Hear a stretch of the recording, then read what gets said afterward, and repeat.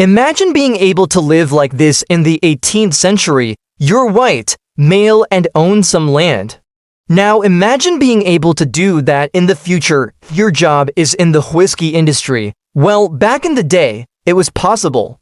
In fact, whiskey was the backbone of the US economy during the 18th century. It was used for currency, trade, and even bribes. And it was until Congress passed a series of acts to control its production and sale that people started getting pissed off about paying taxes on something that was considered so valuable. This led to an uprising that would later be known as the Whiskey Rebellion. So let's pour ourselves a glass of whiskey and get into it. The United States of America had a pretty rough start after winning the Revolutionary War. The new nation struggled with creating a central government. During this time, they needed a source of income, and that's where whiskey came in. After the war, most European nations imposed high taxes on imports. This made it hard for farmers to sell their crops, so they started distilling it into whiskey, which didn't have the same restrictions. But the problem was not all states were doing this. Pennsylvania collected a per-gallon tax on whiskey, while Virginia sold a license to distill a specific amount for free. So there was a clear imbalance, and Congress needed to figure out a way to raise revenue. That's when they passed the Whiskey Act of 1791. This act levied a tax of 6 cents per gallon of whiskey. While this may seem low, it was actually the equivalent of about 20%, depending on the price of whiskey at the time. But there was also a bigger issue with how the tax was collected. It wasn't based on the sale of the whiskey, but rather when the farmer decided to make it.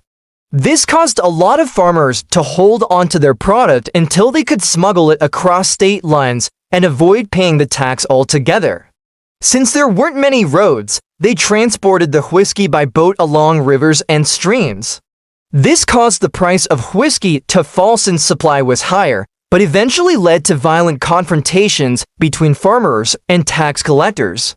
But that wasn't enough for the federal government. They wanted more. 2 years later, they passed the Excise Act of 1794. It increased the tax to 13 cents per gallon, or about 33% of the wholesale price. And instead of leaving it up to individual states, the federal government created their own regulatory body called the Office of Internal Revenue to collect taxes. These agents would travel door to door to inspect stills and collect taxes. If they found someone illegally distilling whiskey, they would destroy the equipment and throw the product away. Of course, this angered the farmers because now not only did they have to pay the tax, but they also lost the product they worked so hard to grow. But this was nothing compared to what was about to come. Following the Whiskey Act of 1794, the rebels began stockpiling weapons and planning attacks on tax collectors. In 1795, a tax collector was beaten so badly he died from his injuries, but the next year things got really bad.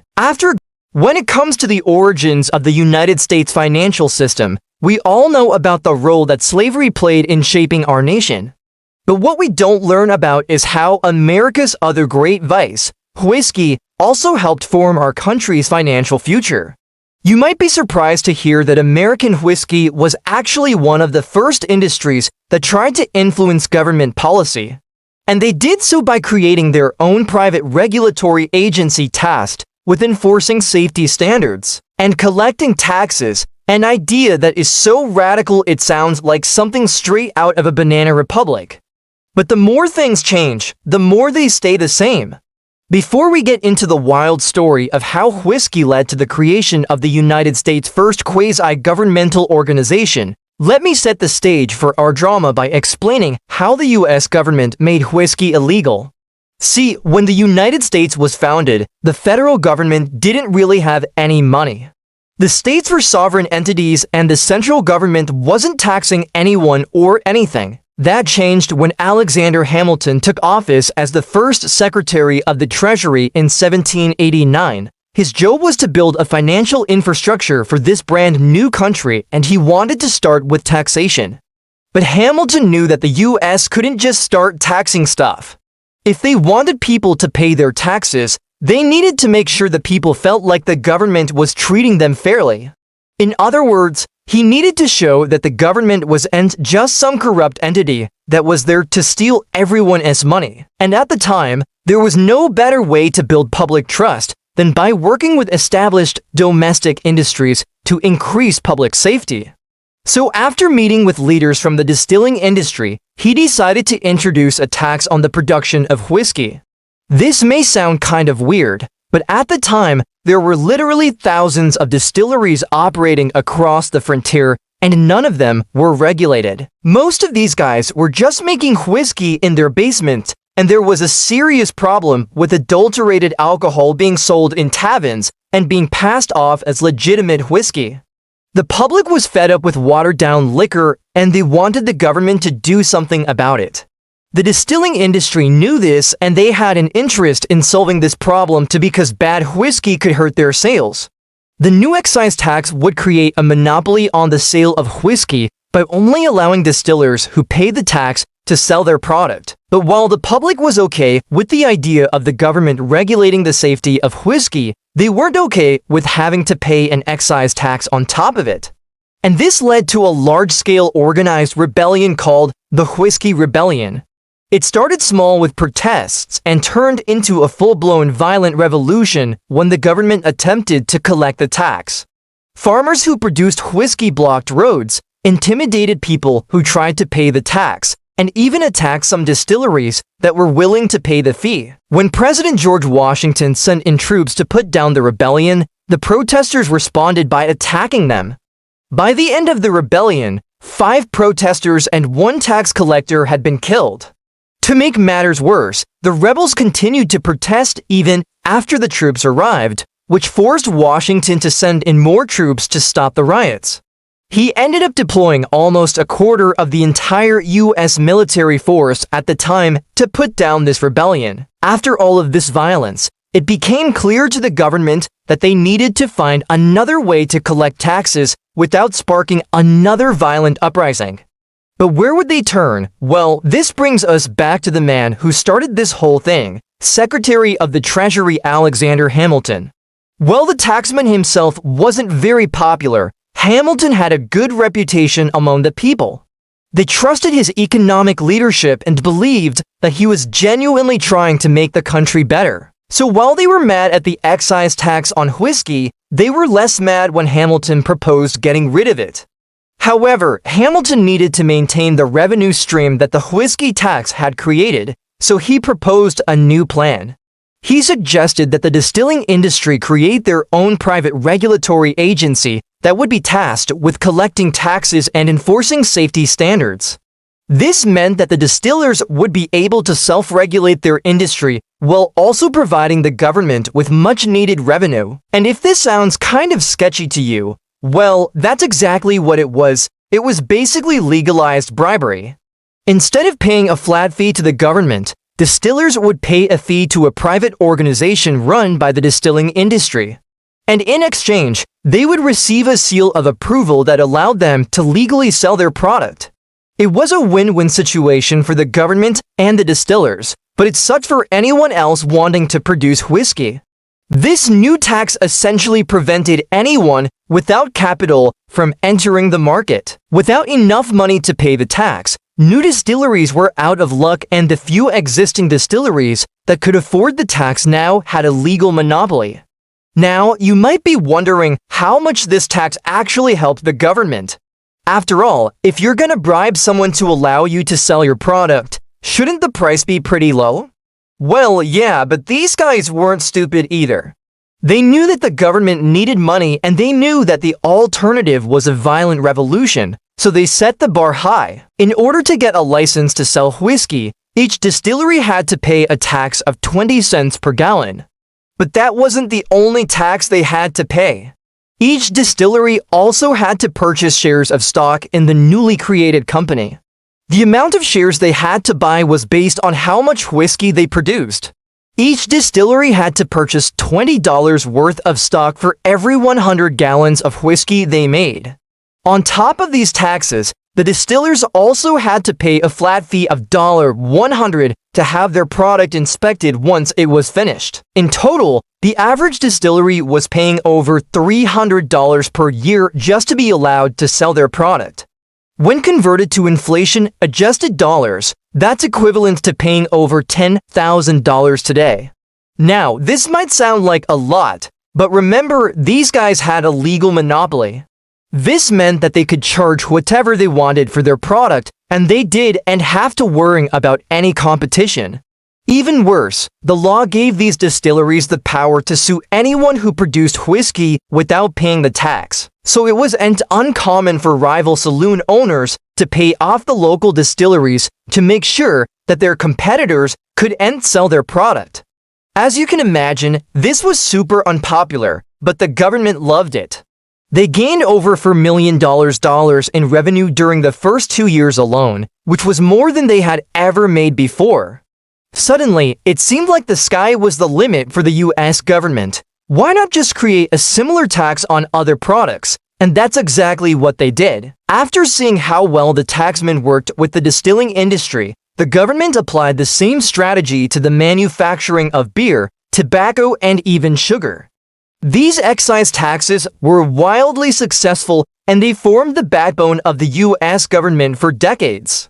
The same basic principle is still used today with the Alcohol and Tobacco Tax and Trade Bureau, although nowadays they work a lot more closely with the federal government. So the next time you go to buy a bottle of your favorite whiskey, take a moment to thank the distilling industry for helping build the foundation of the modern American economy. The fact that a private regulatory body controls who can produce and sell alcohol in the United States is not only undemocratic, it's antithetical to everything the country was built on.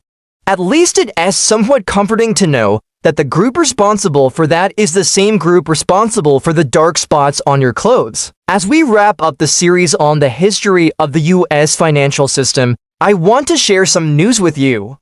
A big part of my goal with this channel is to not only teach you about the world, but also to help you develop the skills necessary to navigate it. There's never been a better time to do that than right now. If you've watched these videos and learned something, I owe you a huge thank you. You've directly impacted my life in ways that you'll probably never know about. I've poured my heart and soul into this project, and it means the world to me that you've taken the time to watch my videos. I'm lucky enough to earn income from ads, sponsors, and affiliate links. But if you want to support my work in a more direct way, please check out my page. Thanks for watching. Imagine you just finished planting your crops for the year and it's time to take a little break and enjoy one of your favorite pastimes. Maybe it's fishing or reading or playing a round of golf. But when you go to purchase a bottle of your favorite adult beverage at the local tavern, you find that the price has gone up significantly because of a new federal tax on the sale of whiskey.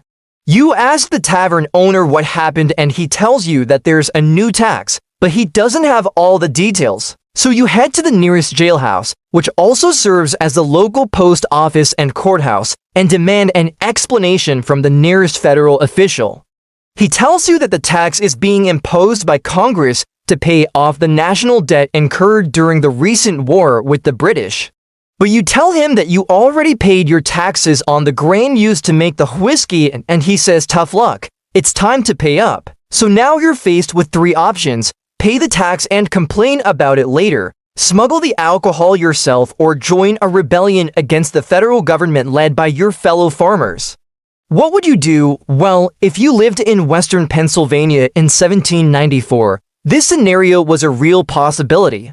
And many people took the third option, joining the Whiskey Rebellion, the largest and most sustained popular uprising in pre-Civil War America. It was also the first test of the newly formed federal government under the Constitution. The question is, why did it happen and why should you care? So to understand why the whiskey tax caused such a ruckus, we need to do a little bit of history. In order to win the Revolutionary War, the Continental Congress went into massive debt, issuing over $24 million in paper currency known as Continentals.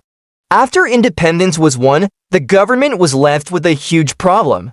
They needed a way to pay off this debt, not to mention fund the day-to-day operations of the new federal government. One way to do this was through taxation, But Congress was extremely wary of imposing new taxes after the colonists had rebelled against British taxation without representation. And besides, the new government didn't want to start off on the wrong foot by angering the people who had just fought for their freedom. So they decided to impose a tax on something that wouldn't be very visible and therefore unpopular: whiskey. Whiskey was chosen specifically because it was a product of the agricultural economy, something that would affect rural farmers the most, and the tax wasn't very high, only 7 cents per gallon. But here's where the problem lay: most farmers didn't distill their own whiskey to sell. They did it as a means of storing their excess grain. When the grain was mashed and fermented into whiskey, it could then be sold for a profit. Then that money was used to purchase other goods, thus stimulating the economy. The government was essentially taxing a means of saving.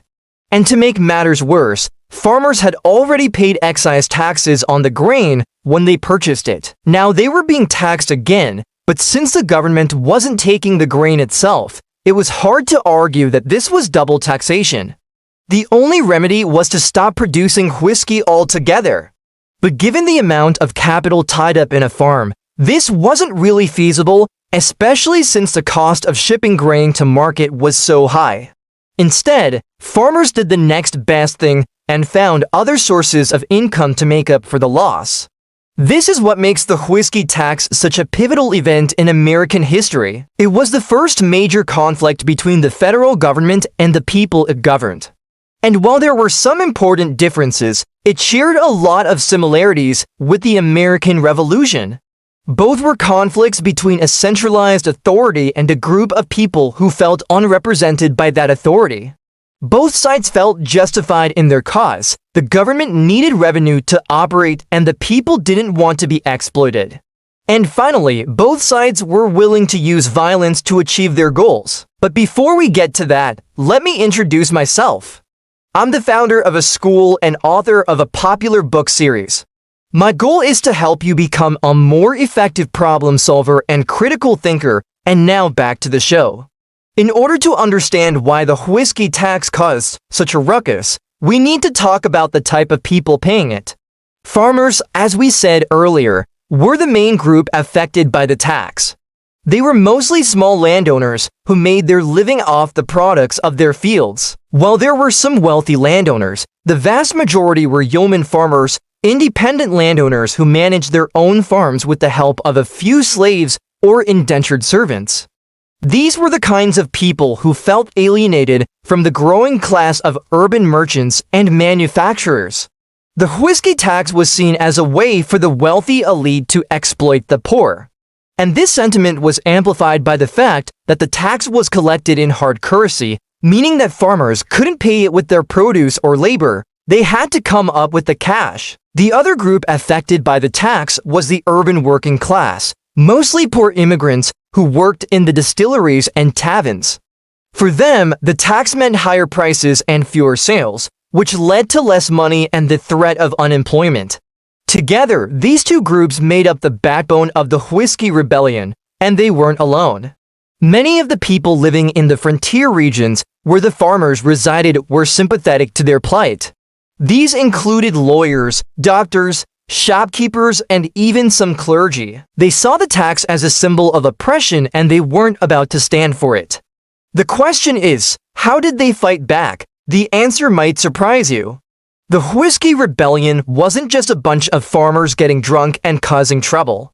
It was a well-organized movement with a clear political agenda. The goals of the rebels were twofold: repeal the tax and replace the existing government with a new one that was more responsive to the needs of the people. To achieve these goals, they used a variety of tactics, from protests and boycotts to civil disobedience and armed resistance. The first signs of trouble came in 1791 when a group of farmers in western Pennsylvania refused to pay the tax. When federal agents tried to collect, they were met with threats of violence and tarring and feathering. This was the first time that civil violence was used to oppose a federal law. And it was only the beginning. Over the next 3 years, the situation escalated. Farmers began stockpiling weapons, They formed militias and they started attacking the homes and businesses of people who did pay the tax. By 1794, the situation had become so chaotic that the federal government was forced to take action. President George Washington declared the Western Pennsylvania rebels to be in a state of insurrection and sent in the army to put down the rebellion. Now, I know what you're probably thinking. Doesn't this sound a lot like the American Revolution? Well, there are some important differences. First, the rebels weren't trying to overthrow the central government. They were only trying to change its policies. Second, they weren't fighting for independence from another country. They were fighting for independence from what they saw as an oppressive central government. Third, they didn't have a foreign enemy to support them. They were completely on their own, and finally, they didn't win. The rebellion was put down with relative ease, and the whiskey tax remained in place until 1802, when it was repealed. So why should you care about this obscure historical footnote? Because the Whiskey Rebellion was a wake-up call for the framers of the Constitution. They had created a government that was too powerful for its own good, and the people weren't going to stand for it. This is why the framers were so careful to include checks and balances in the Constitution. They knew that the people had the power to resist an oppressive government, and they didn't want to give the government the power to oppress them. The lesson of the Whiskey Rebellion is that the people have the ultimate power in any democracy. If the government becomes too powerful, the people can remove it. And that's why the framers gave us the tools to do that in the first place. As always, thank you for watching, and I'll see you next time. Hello, I'm here to talk about the Whiskey Rebellion. So this is one of those events that we pass over really quickly in AP government because it's not in the textbook. And frankly, we don't have time to go through every single rebellion against the federal government in American history. But the Whiskey Rebellion is an important event for establishing the authority of the federal government, particularly in comparison with the earlier Shays Rebellion. So let's talk about it. Okay, so let's begin with some context. In order to pay off the massive debt incurred during the American Revolution, the federal government under the Constitution passed a series of taxes on whiskey, which was a primary way that farmers in the backcountry made money from their crops. The tax was actually on the very product itself, but it was passed on to the consumer. So when the farmer sold his whiskey to a middleman, the middleman would have to pay the federal tax. And then when he sold it to the consumer paid the farmer. So basically the end consumer paid the tax, but it came right out of the pocket of the producer. Now, these taxes were really unpopular in the backcountry, especially Western Pennsylvania, where many of these farmers were Scottish-Irish descendants who had little sympathy for a government that was trying to tax them. They also felt that they were being taxed without representation, and there was some truth to that.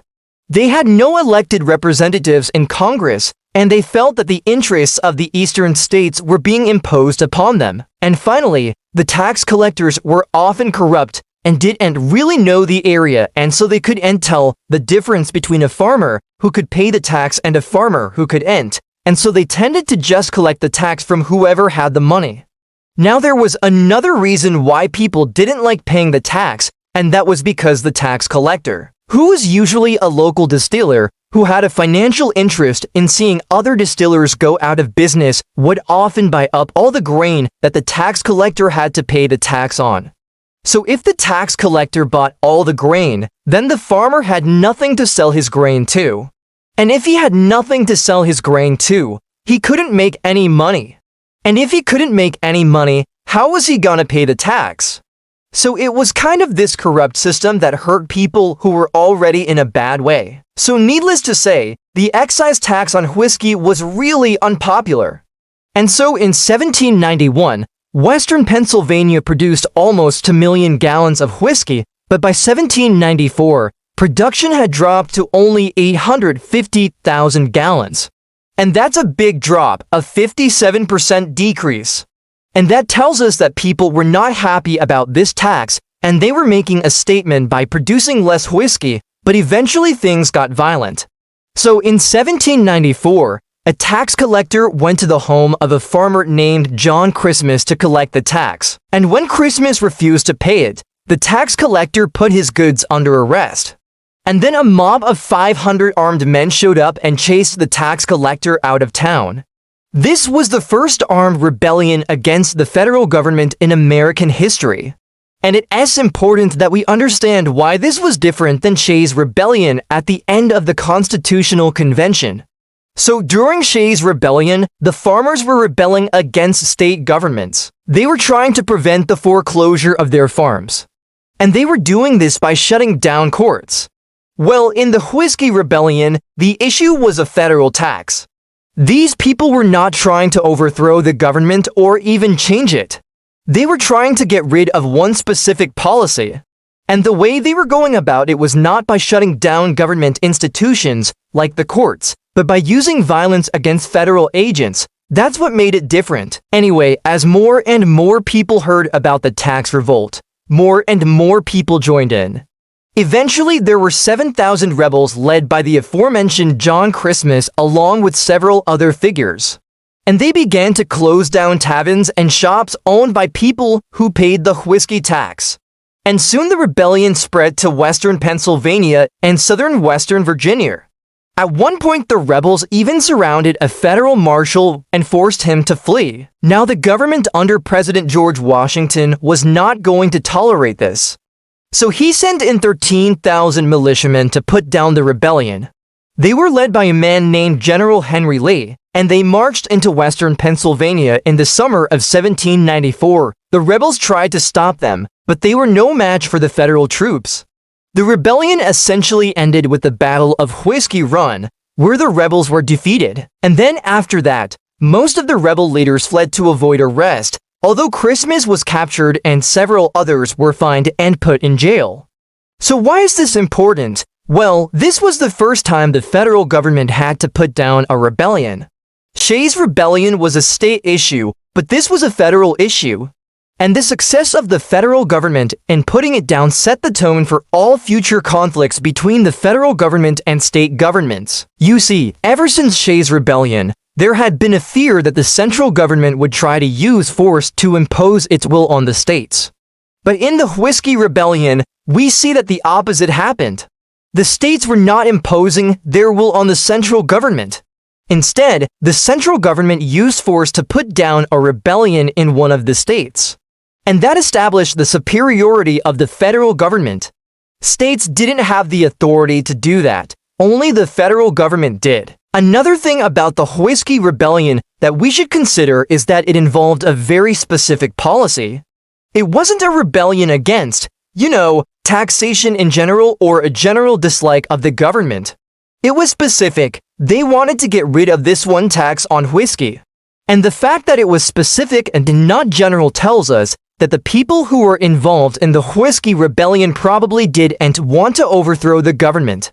They just wanted to influence it by getting rid of one policy that they really disliked. Finally, it is worth noting that the Whiskey Rebellion took place in the context of a debate over the national bank. There was a group of people called the Democratic Republicans who were led by Thomas Jefferson and James Madison, who opposed the creation of a national bank. And then there was a group called the Federalists who supported the idea of a national bank. Well, the Whiskey Rebellion actually helped turn public opinion towards supporting a national bank because here's what happened. When the rebellion broke out in western Pennsylvania, people began to call for a boycott of western Pennsylvania whiskey. But that wasn't very effective because there was no way to get accurate information in those days. People didn't have the internet or anything like that. So people in the eastern states didn't know that the western states had stopped producing whiskey. And so they kept buying western Pennsylvania whiskey, not knowing that it was helping the very people who were revolting against the government. So some guy in Connecticut or New York would buy some whiskey and think, hey, I'm hurting these rebels, but really he was just helping them. And so that's why proponents of the national bank said, hey, look, if we had a national bank, then we could get accurate information about what's going on in the country. We could regulate our currency, We could make sure that people aren't buying products from people who are revolting against the government. So the Whiskey Rebellion actually helped turn public opinion toward the creation of a national bank, which ultimately did get created in 1791. Okay, that's what you need to know about the Whiskey Rebellion. If you want more help preparing for your AP government exam, then click right here and grab a review packet. There's a link right there, and if this video helped you, then subscribe. I am probably gonna be making a couple videos a week leading up to the exam in May, and you'll want to be subscribed so that you can get all those videos. I've got a lot of videos coming up. I'm excited.